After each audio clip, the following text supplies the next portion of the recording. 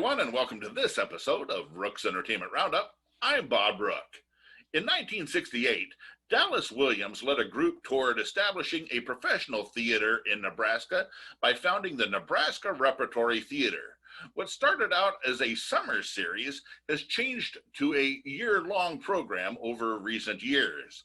Our guest is not only the executive director of the Nebraska Repertory Theater, but also serves as the director of the Johnny Carson School of Theater and Film. We are pleased to welcome Christina Kirk. Christina, welcome. Thanks for being on. This is your first time on the Roundup. We appreciate you being on. I'm glad to be here, Bob. Tell us, first I want to know, how long have you been at the Rep? Well, I'm a little bit more than a year old here. I arrived on July 1 in 2019. And you have your hands full because you're doing double duty over there.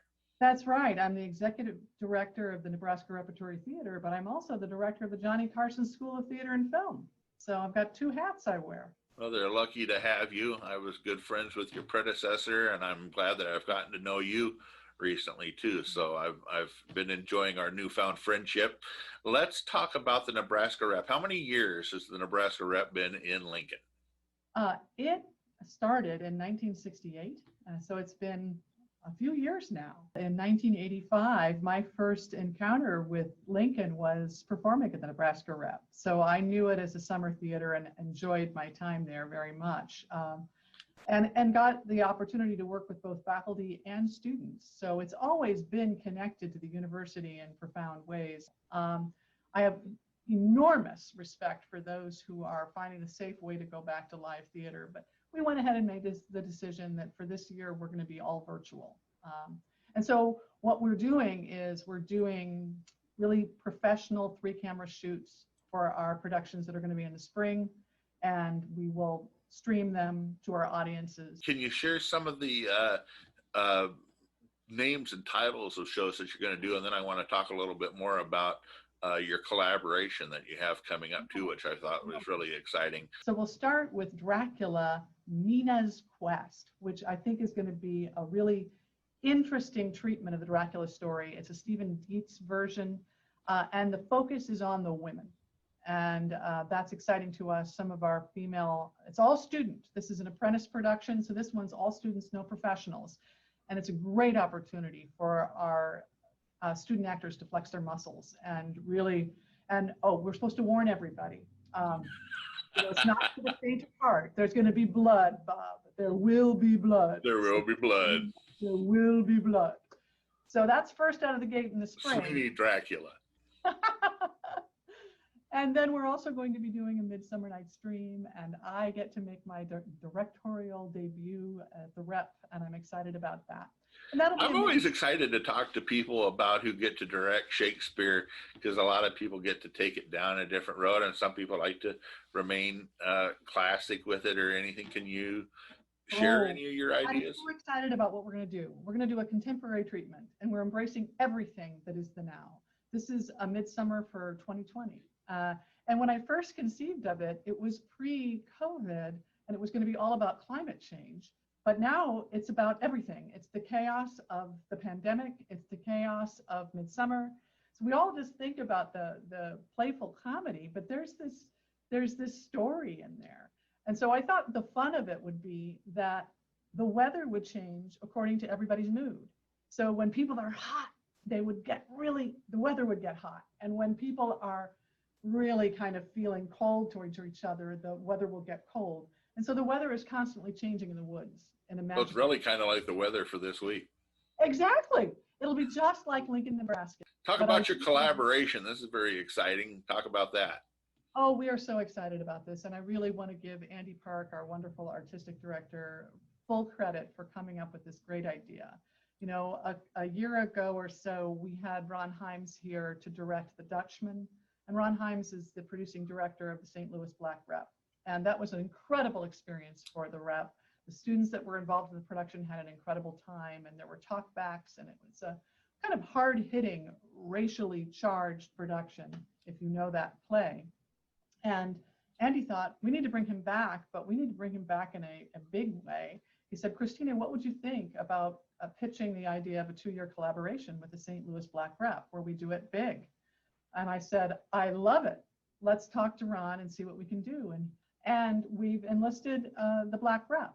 And so one of the things we love about this is not only are we bringing this kind of theater to our patrons and also to our students, we're also supporting the Black rep by hiring them as company members. And we'll do a full-on collaboration joint production in the fall of 2021. Oh, and I forgot to talk about The Weight of the Way, which is an entirely world premiere production. That'll be run as a double feature, is that right? That is right, because by popular demand, we're bringing back 1,000 Words. That was so well received. Another beautifully devised puppet performance production that Andy Park developed and devised with students, collaborating with students. It's the students here at UNL, and I know you're an alum, right? My wife is an alum, actually. I am not. My wife is an alum of... I just inherited you. I decided I wanted to claim you. No, but my daughter is an alum, and my wife got her master's. The rest of the family. The rest of the family. Yes. I love the students. The students are everything.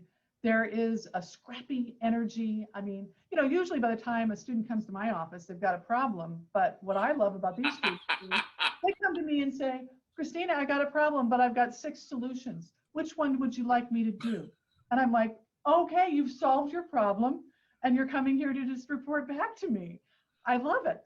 And then there's nothing like a Nebraska sky. Love a Nebraska sky. They're just, it's beautiful. The sun. It's like the fact that by the time they get to you, they have a problem.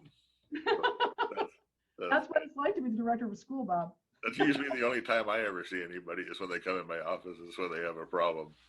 Exactly. Yeah, it's never to deliver a box of chocolates. Kind of a sad thing. Well, I've had the pleasure of getting to know you. I enjoy you a great deal. Could you tell us the website one more time, please? Yes, nebraskarep.org.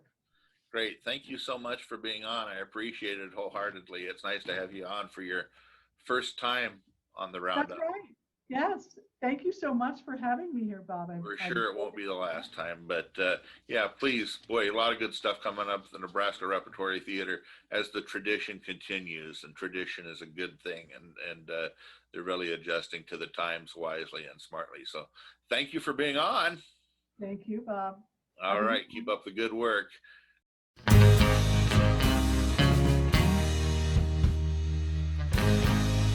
Here's the Roundup.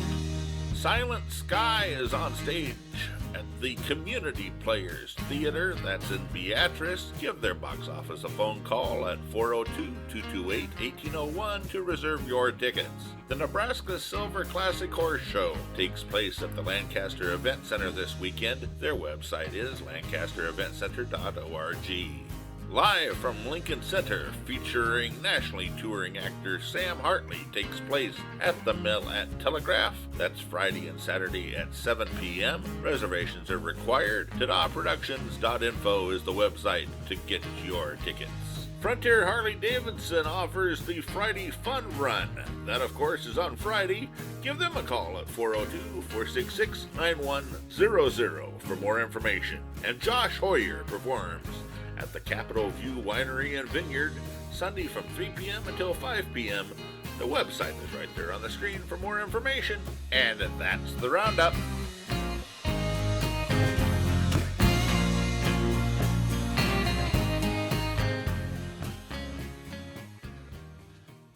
Well, that's our episode, everyone. We want to thank you very much for watching, and also a special thank you to our guest, Christina Kirk. If you haven't done so, please like our page on Facebook and also subscribe to our YouTube channel.